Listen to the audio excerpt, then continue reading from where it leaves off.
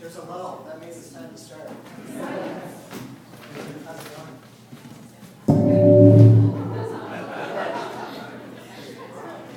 Check.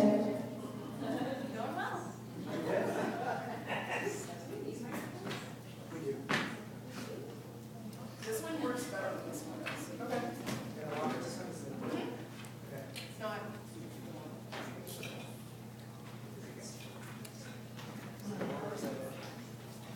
Hello. Is it on? It's on now. There you Okay. One more reverb. You didn't realize that this was going to be a presentation about life in space. Okay, I'll let you guys keep working on that and see if it's a reverb. Welcome. My name is Brent Lyles, and thank you for being here. Thank you for being part of our community forum, Austin Teens and the Environment. My own journey started about 25 years ago. I've been doing this work, working with kids in environmental stewardship for about 25 years. Back then, I was a middle school teacher, and today, here I am, Executive Director of Austin Youth River Lodge. Let me spend 2 seconds telling you about Austin Youth River Lodge. We work with about 120 high school students every year from 9 AISD high schools. Our work is about transforming lives with holistic youth development activities that are focused on environmental stewardship and academic success. So those are our 3 pillars: holistic youth development, environmental stewardship, academic success. Our students, the River Watchers, learn to monitor water quality. And there's 25 sites in the Austin area where our students do water quality monitoring. And along the way, we're doing holistic youth development activities as well. It's also a dropout prevention program. Our kids may stay with us all the way through high school. And so, Austin Youth River Watch is hosting this forum tonight, but this isn't about Austin Youth River Watch. You'll hear us talk about it, but really we're here to explore the question, how do we as a community make sure that our teenagers are prepared for a life of environmental stewardship? I do work in the community through Leadership Austin and Earthshare of Texas, and I spend time talking about the bigger issues that we're dealing with, right? Transportation, the economy, healthcare, jobs, education. And the reason that I do the work that I do is because, in my opinion, if we don't get the environment right, nothing else is going to matter. And I know I'm preaching to the choir on that one, but this is a critical conversation that we're having tonight. And thank you for being a part of it. I want to thank the City of Austin's Healthy Adolescent Program for some partnering on the logistics of this evening. I want to thank the local Children in Nature Collaborative of Austin, something I've been involved with. Where's Ryan at? Ryan is the local coordinator of SINCA, and we're excited to be winning an award from SINCA in September at their awards dinner. And with that, I'm going to introduce our panelists. I'm going to start here. Yeah, you got it, right? Let's get to the meat of this. So starting right here, bringing the youth voice into this conversation, Ashley McGinnis and Jonathan Wilson are recent graduates of Crockett High School. They were in the Austin Youth River Watch program. Ashley is starting college to major in environmental science. Jonathan is starting a program in cosmetology. they've been trained not just as river watchers, but as part of our media team, getting kind of extra oomph, being able to talk about the issues that face our community with water. Terrific environmental students.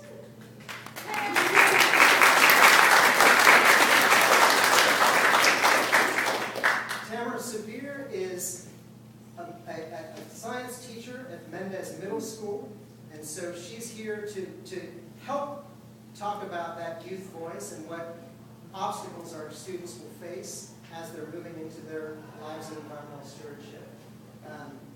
She's been involved with River Watch for a long time. She was actually in Austin with River Watch as a high school student, and we're very proud of her.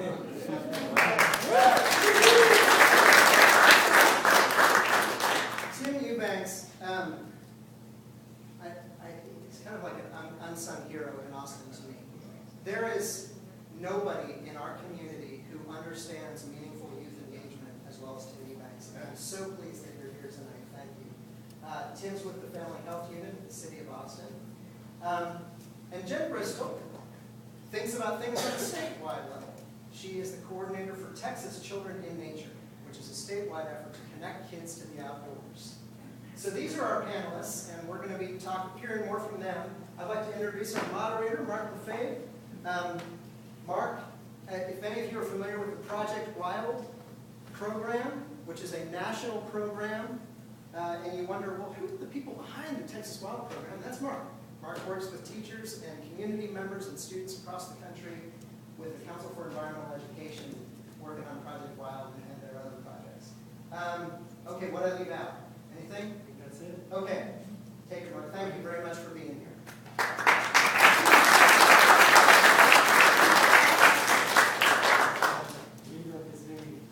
How's it sound?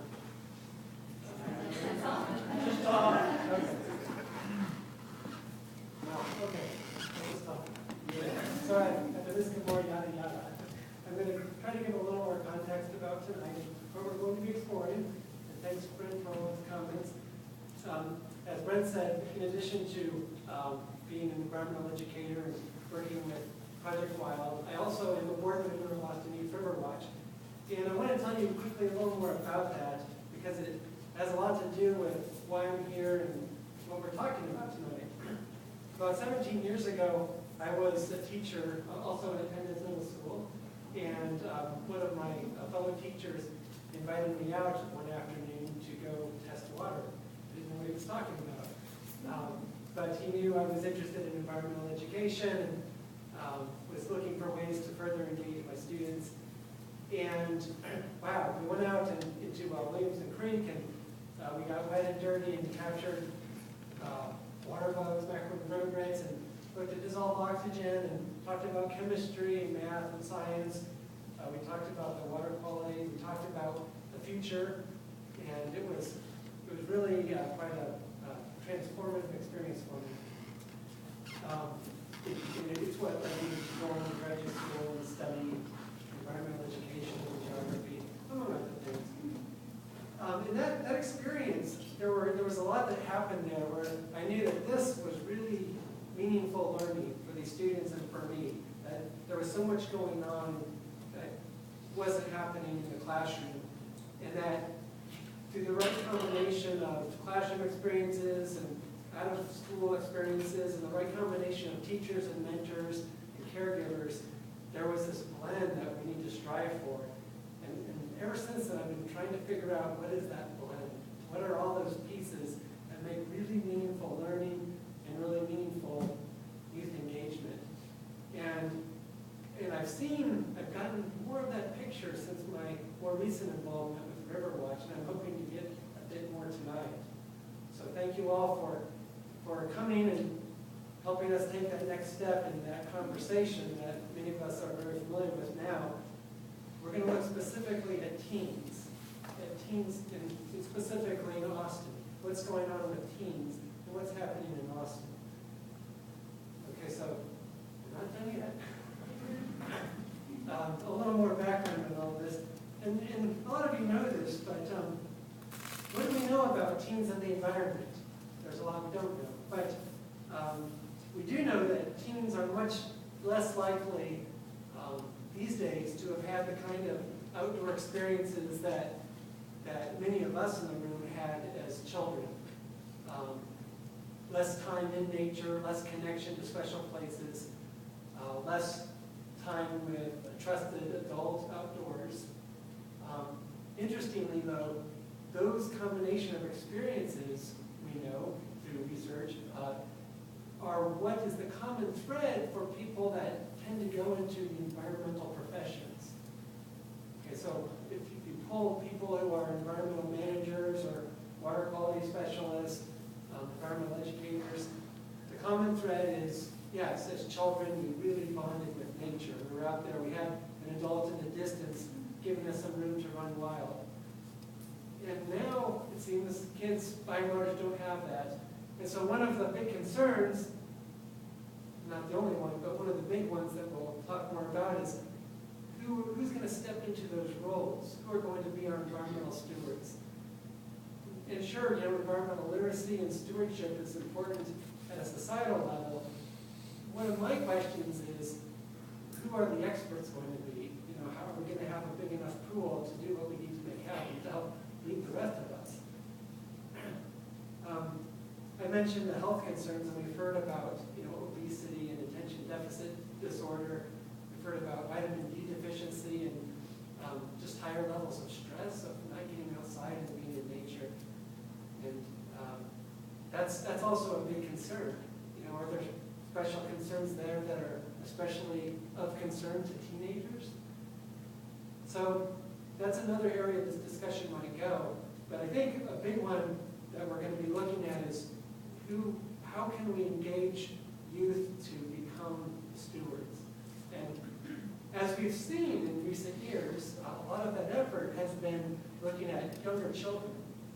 How can we get younger children out in nature? How can we get them to those special places? What kind of programs can we put on to get them more connected? I feel like we've been making some progress, it perhaps will never be the same as it was 30, 40, 50 years ago. But I don't see as much is the question being asked, what about teens, what about young adults that really never had those experiences? And of course many of them have, but many more haven't. Those experiences bonding with nature. What is it about being a teenager that's unique about being a teenager that we need to be thinking about as we're preparing for our future, helping the next generation prepare for taking on those roles? And so I'm asking some pretty big overarching questions. I want to start to boil it down some more.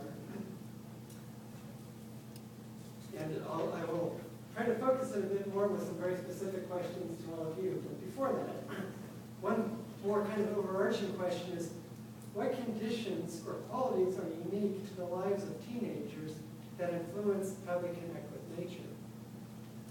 And how might we, as the mentors, the educators, the caregivers, all of the organizations that we represent, how might we best serve teens in Austin? And how might we help them further engage with the environment? So we're going to approach these questions by breaking them down, as I said, into more specific questions for the panelists. And after that, we'll have time for discussion on questions that you all may have or more points you want to raise. Okay, so my first question, Tim, is going out to you. And after I ask it, I'm going to step back and give you up to 5 minutes to answer. And if you want the mic, just pass it down. Tim, question is, what does it take for a program for teenagers to be meaningful and effective? All right. Well, how's my voice? Are folks able to hear me? All right. Well, first I want to say thank you so much for enabling me to be here today to take part in this conversation. I've lived in Austin since 2003, and this opportunity, being able to work with folks who are in the environmental movement, really gives me an opportunity to meet other activists, to meet other folks that are committed to the progress of our city, that are committed to working with youth. And so it's a joy to be able to meet other folks, new folks who are also engaged in this work. For myself, a lot of my work has really been focused on the social environment. It's been focused on issues of social justice, issues of educational justice, but I believe also in being here today, it's also being able to share my work in youth programs and share what I've seen as being meaningful and what I've seen as being effective. Now, I think that what we first have to do is to ask that question of ourselves. Whether we're a young person, we need to ask ourselves what's meaningful and effective about the groups that I'm a part of. And also, regardless of our age, we can never forget that we were once a young person, right? We can never forget what was it that caused us to feel special? What was it that caused us to feel recognized and respected and like we could really make a difference? And when I think of that for myself, I think of Elizabeth Ellenbogen. I think of this older woman who, when she saw me at an activist meeting, came up to me and said, I want you to be involved, I want you to be a part of this. I think of that person who put the microphone in my hand and said, I want you to give the speech at this rally. That made me feel recognized. It made me feel like I was really making a difference and really had made a difference. And that's something that I'll always hold with me. I'll never forget Elizabeth's name. So when I'm engaged in this work as an adult, I'm also thinking about those folks from my own youth, those folks who really recognize me. And so I think that that's the first part of it, the first part to look at, which is to say that when we act, when we commit to action, and when we do something in the community, that's what also gives it meaning. And it gives it meaning if we really have a chance to be recognized for that action. And that action could be testing water in the Colorado River. That action could be picking up trash off the side of the road. That action could be saving your high school from closure. That action could be recruiting someone to a meeting. That action could be talking to someone who had just been bullied. But when we have an opportunity to act, and not only to act, but for that action to be recognized as important, then that means something. That doesn't always have the opportunity to happen. Often our actions are not always recognized. So when we think about programs that are effective, we're also thinking about programs that go in and say, how are we modeling? How are we showing young people that things could get better? How are we showing young people that we've been through the same thing that they have?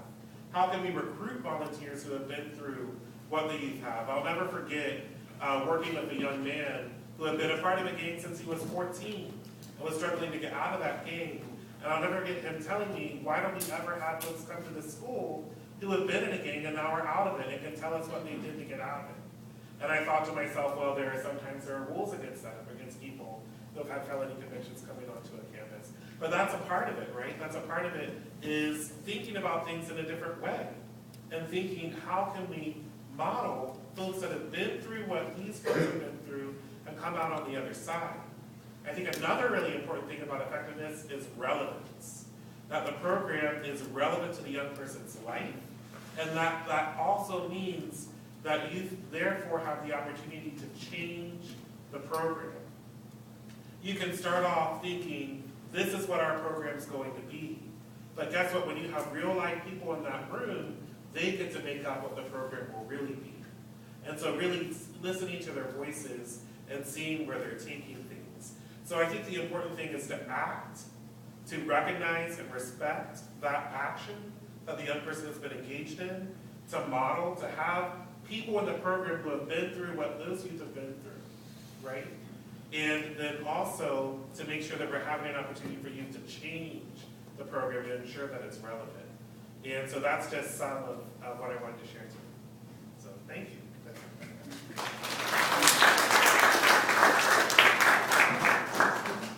And I have been told that if you do want to use the microphone, there's a switch on it. Oh.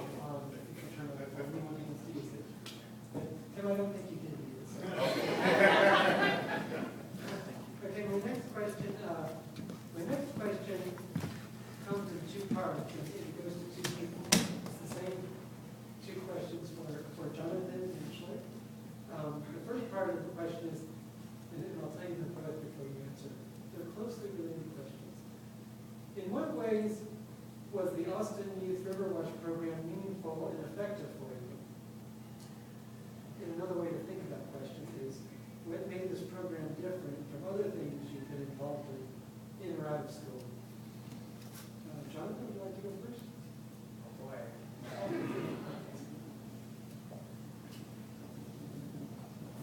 Hello?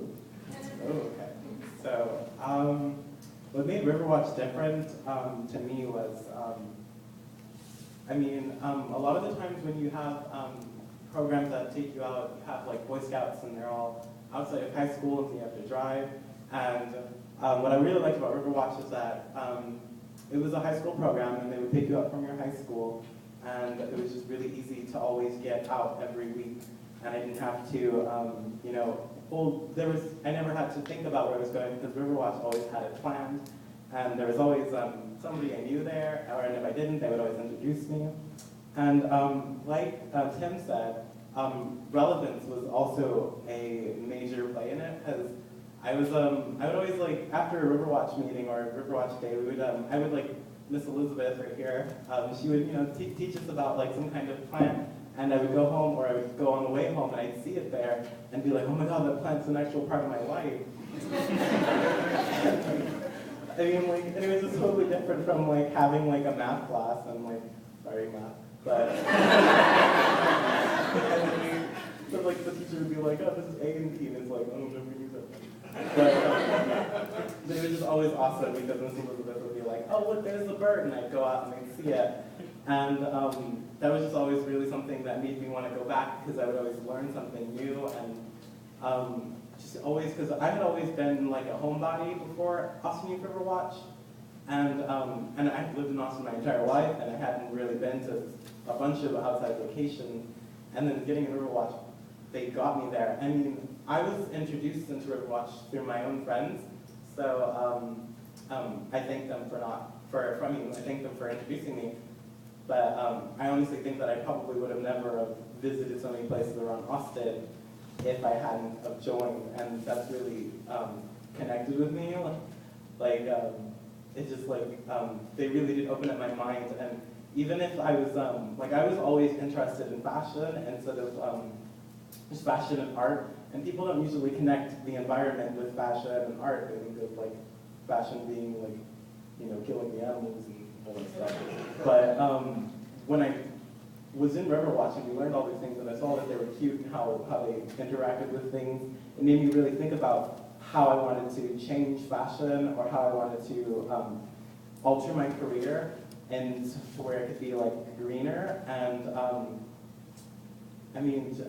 it's just like, I'm doing cosmetology school now, and the school that I signed up for does have very green ethics, and it's really ridiculous how closely related, like a lot of the things that I learned from Riverwatch, like again, relevance, a lot of things that I learned from Riverwatch I'm learning in cosmetology school, and I never thought that I would find anything that would be so tied together. And it's just like mind-blowing.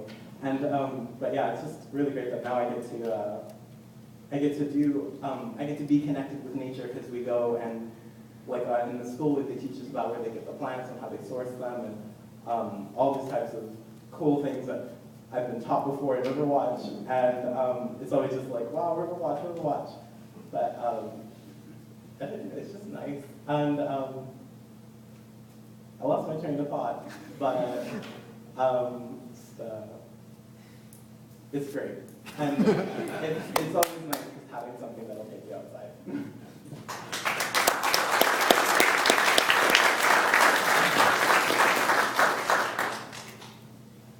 Okay, I'm Ashley. What made Riverwatch really engaging, like Jonathan was saying, they take you from your school. I don't know about a lot of kids, but my parents never really let me go outside that much. They're more of the type of parents that wanted to keep me inside the gate, never let me go out. Honestly, I didn't try zucchini until I went with Riverwatch, so it's great. Also squash. Squash is great too. But anyway, they give you the chance to do things you never did. I didn't ever go camping until I went with Riverwatch. I didn't do a lot of things. I didn't even know about the bugs that were in the water. And I learned so many things that are relevant and all these other things, but one second. I made note cards because I knew I was going to get nervous.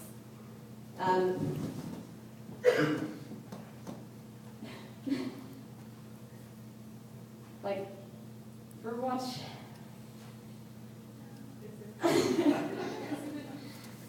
I wouldn't have had the courage to do this if it wasn't for Birdwatch, but Okay.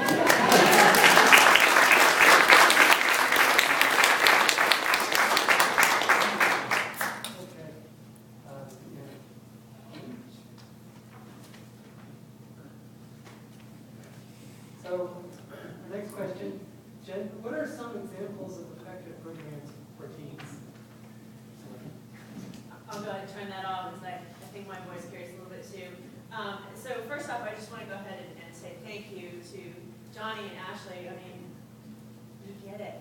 And it's so wonderful to hear you talk about, your connection with nature and why that's important. And even, you making that connection with where you want it to go in your career as well. And Ashley, I think you had mentioned that before too, that your choices on where you go. So I applaud them. I think that's wonderful.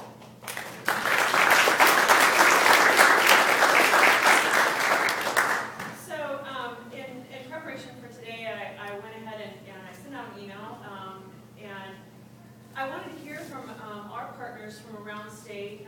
We have about 300 partners that we deal with, and they all focus on different areas for connecting children and families with nature.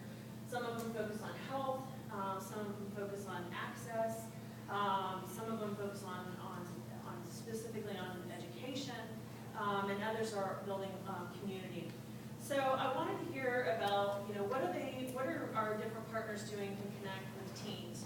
And that connection has been something that's very important to me all my life. My career goal originally was to be a high school history teacher. I'm sure that was incredibly boring to y'all. And as I went through my own career, I realized that there was a different path for me. And but focusing on teens, it's an area where people just really come alive. I think the founder of Campfire said that it was as they reached adolescence, it's the rebirth of the mind, and I love that. I love that quote and that thought. It is a time when you just the synergy of all the things you're learning is. And so I was looking for some commonalities of what makes a great program, and Tim really focused quite a bit on some of those. And I'll talk about one that's in Lubbock. The Lubbock Lake historic landmark, is they have a program that's been around for about 15 years, and it's a volunteer program. The teens can sign up for it. It's in partnership with the city, and they come out and they get to do archaeological digs at the site. And so they're working with the professors, and they're working with the archaeologists, and they're outdoors, they're in the sun, they're out there baking, and then they get to take what they find, the bone fragments and things that they literally find in the soil, and take them back and catalog them and learn about it, and it happens over a course of time. When they're done, when they've reached a certain hour point in their service, then they can come back and they can be mentors. And so I read this description really quickly, and I said, wow, that really hits on two of the commonalities that all the other ones that have been sent back really focused on. Number one, creating a teen experience with an expert. The teens want to know that you are qualified to tell me why I should believe these things. What is it about this movement that I should be interested in or care about or that's relevant? And the fun person is great, but the expert is really what they key in on. Knowledge is power. The other commonality was the mentor program. Taking them directly, once they have had connection with that expert, and then all of a sudden they think they're the expert, and then letting them run with that and creating a mentor program where they can come back and teach the new kids and the young kids. So that was true throughout all the different people organizations that sent back something and said, this is what makes our program sustainable and move it forward. And that was true even through Texas Wildlife Association, through their brigade program, some hunting and fishing organizations that were in the Houston area.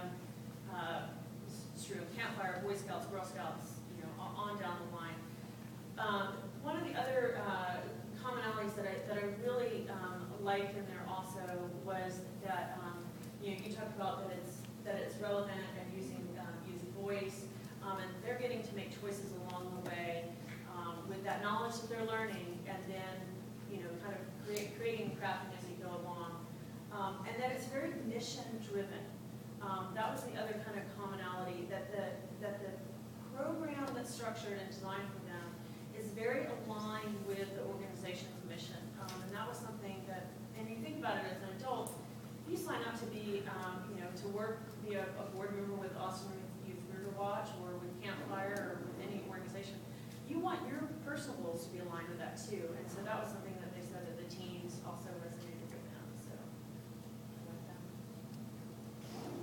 And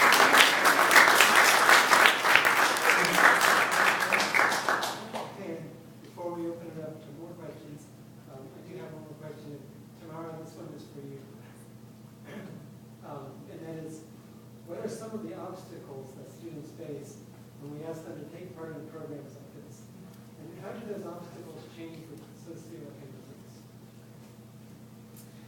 I am a teacher at McGinnis Middle School in Southeast Austin, and I think if you've ever been listening to KUT, they've been doing a story on those springs, and so you probably know a lot about just the culture we're working with here. So I can really only speak to Mendez and what I've experienced there, and I think that it might be a larger trend also. But every single day when I'm face to face with my students, I only see them for an hour a day, and it's really hard to make those kinds of connections as a teacher, although you want to. But it's got to be something bigger than just with a teacher, because we do need to be building these experiences with students. But I think that even though I work with middle schoolers, they actually have a lot of roles that they play, and they're expected to have a lot of leadership, at least with the students that I work with. A lot of my students, they are going to be the first people to go to college, and they might wear different hats at home. For example, I have students who have to race to their to pick up their younger brothers and sisters after school, and they can't participate in after-school sports because they're the primary caretaker after school. They change rules. I work with students who are their family translator, and it's their job to take care of all those kinds of matters. And so they're wearing a lot of responsibilities already, and it's hard. I think it's not impossible. It's definitely not impossible, but I think that for sure they are overextended in some areas, and they may not be able to go out and get involved in these activities. And the other thing that I don't think people think about sometimes is that if no one else has done that in your family, or if you're the first person to step out in that area, it's scary. And maybe your parents don't want you to do that, or maybe you don't see the value in it or the relevance to you. If it hasn't been made relevant to you, then it's a lot more tempting to go home and to get on the cell phone and get on the internet. So those are the 21st century barriers that we have today. But I think there are some good things that are written into the system. For example, when we do science labs, in the statute it says that we're supposed to be out in the environment 50% of the time. So that is a step in the right direction. Whether or not that happens in different religions, that's another story. And I can tell you that at schools where it's more challenging, schools that have more behavioral issues, that number decreases. And so they're not going outside as much. They're not learning the names of birds and bugs in the water, and they're not getting those hands-on experiences that illuminate the world around you and give you a reason to care for them and to want to make sure that those things are preserved. So I don't think it's the end, but there has to be something that gives students an easier way to get involved. I think access is another thing. There are lots of amazing programs out there, and I know that each one of you in this room can think of one program that you were involved in or that you are personally involved with. And there are some really great programs in Austin. For example, the city of Austin has some really great kits that I was able to use in my own classroom, and that was one of the most our chemistry test. So I think that we're just going to have to work incredibly hard. Another thing too is that students are just not getting enough time to talk with adults, adult experts, adult environmentalists, and adult mentors that are positive in their lives for a longer period of time than just the school year. So that's another thing that I see as really important to getting kids involved, getting kids to stay involved. So again, not a sad story, not an over story, but definitely areas that we need to be focusing on and helping to make sure the other needs of students are met so that they can start to engage with these enhancement things instead. So.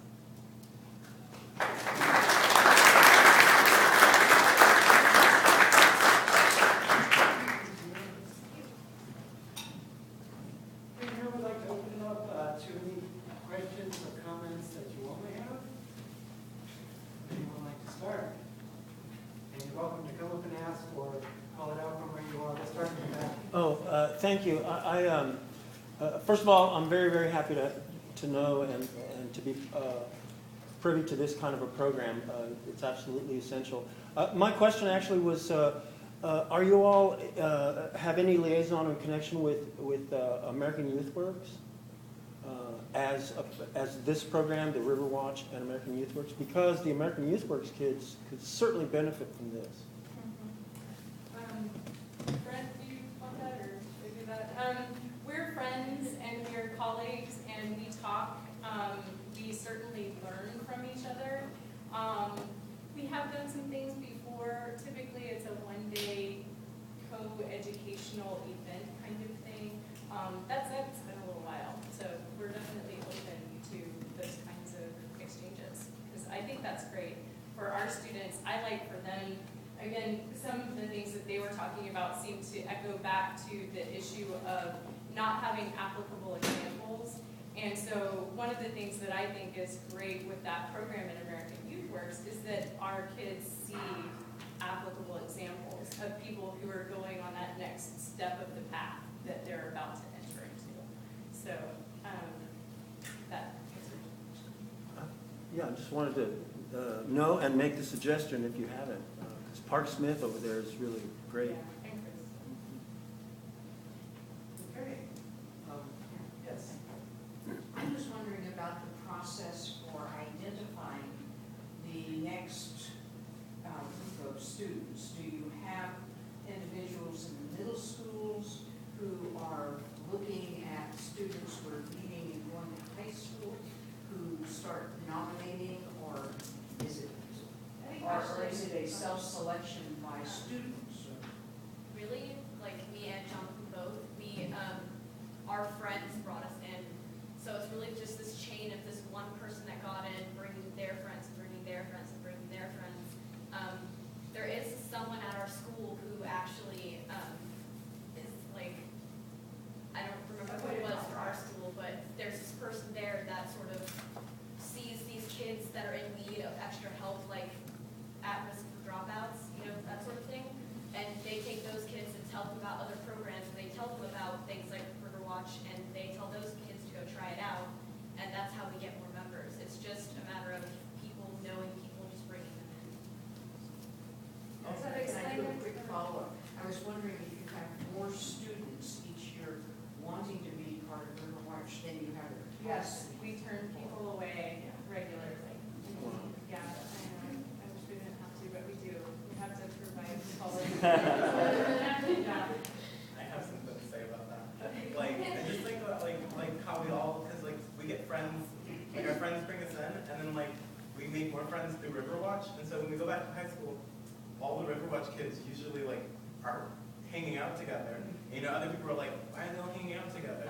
And then so when people will ask us, what are you doing when you leave in that van? And we'll be like, oh. But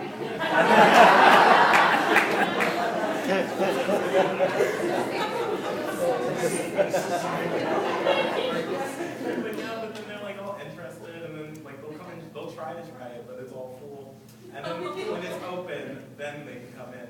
But there's always, people are always like asking questions like, what are you doing? Like, do you go camping or all this fun stuff? So I think like having, you know, I feel like it doesn't have to be friend by friend. I think having, you know, I mean, just setting up a Riverwatch community in the school had people interested in what we were doing. So, and that what rose, you know, membership as well. All right. I have a question for Tim. Thinking about how we can, as a community, grow more young leaders and get more teams engaged in becoming stewards for the environment, do you have some thoughts about what we can do on a community-wide level to have the team voice clearly be a part of the conversation? I mean, as a community, we've identified that this is a problem for us, planning for the future and the protection of our environment. But do you have some thoughts about how we as a community could get more behind getting team voices like Jonathan and Ashley in the conversation? Sure. You know, what that makes me think of is that in many schools now, in 2014, field trips are on the decline. When I was a kid growing up, I remember all the field trips that I went on.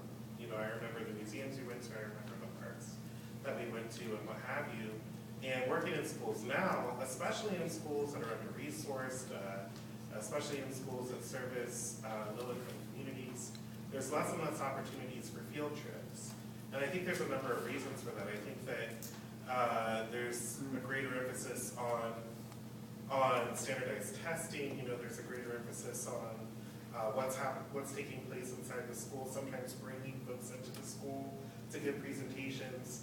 But when we look at, number one, when we think about our own experiences, when we go into the literature and see what it has to say when we talk to young folks, a lot of times what comes up is that we remember what we do, not necessarily what we hear. And then we remember how we feel after we did something, right? And so field trips really factor into that because you get out of the school, you get into the environment, you see what's going on, and you actually remember that, and it helps to encourage you to engage further on, especially if on the field trip they say, hey, you could come back here and you could do this, here's the organization, here's how you can volunteer. I think that one thing that we can do as a community is to partner with schools more on field trip opportunities. I've been surprised, I mean, I've been connected with an effort that organizes a conference once a year, and I've been surprised that if you get a community committee together and approach the school and say these are the benefits of it, their willingness to let the students go to that field trip, to that conference.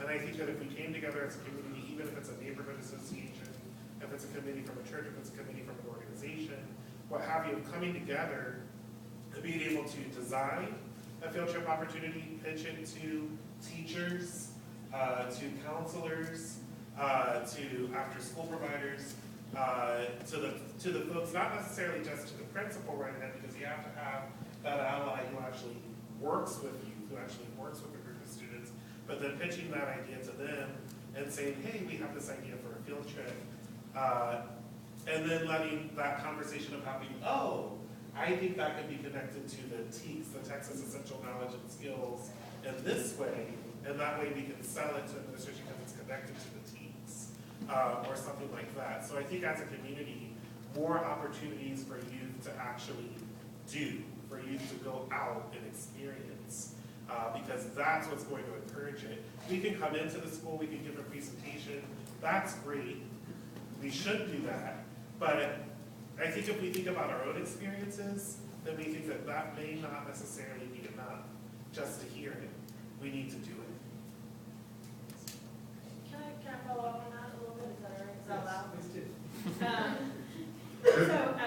And Tim, you're exactly right. And creating those field trip experiences is so important. And I think we all know that they cost quite a bit of money to do that as well. And I say it wherever I can, whenever I can. We have to fund things. We have to fund them. And we have to go to our friends and our families and our organizations and our networks and systems and say these things are important.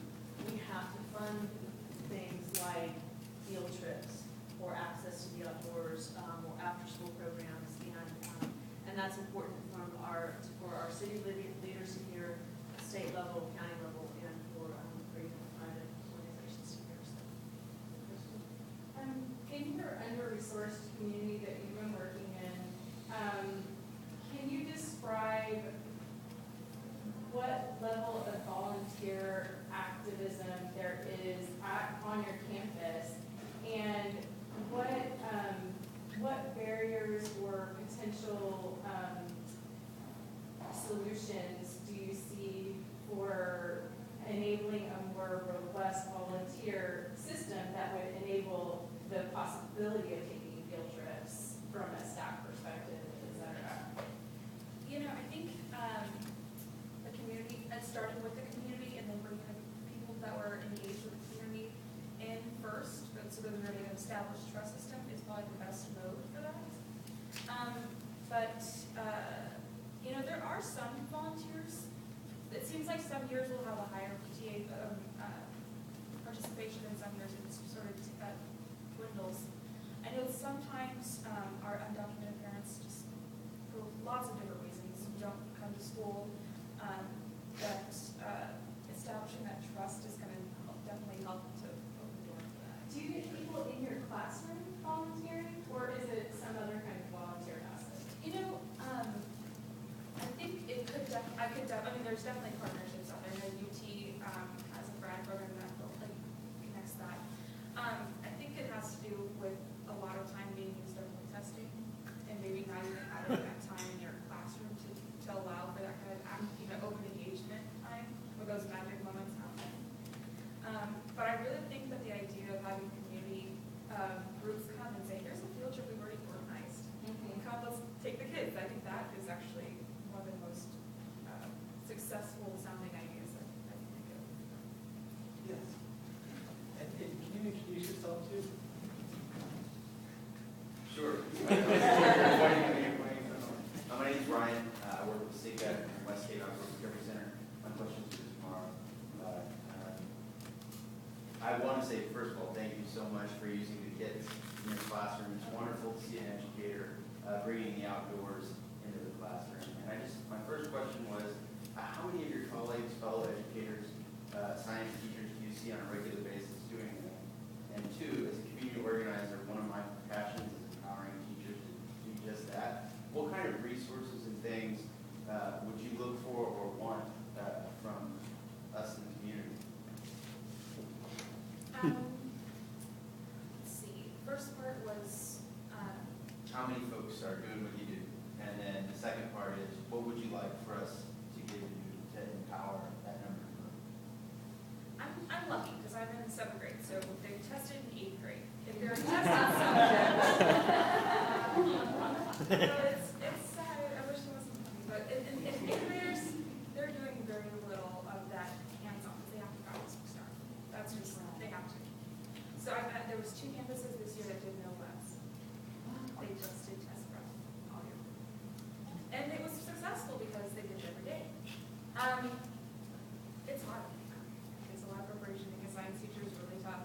We were there really late that night, so the easier that they're prepared and ready to roll out, that's the best. And then as easy as it can be for the instructions. So it's basically if there's a presentation already connected to it, that makes it a lot easier. So it's not possible. All right. More questions? Well, this might be my chance to jump in and ask one. Welcome back. Can I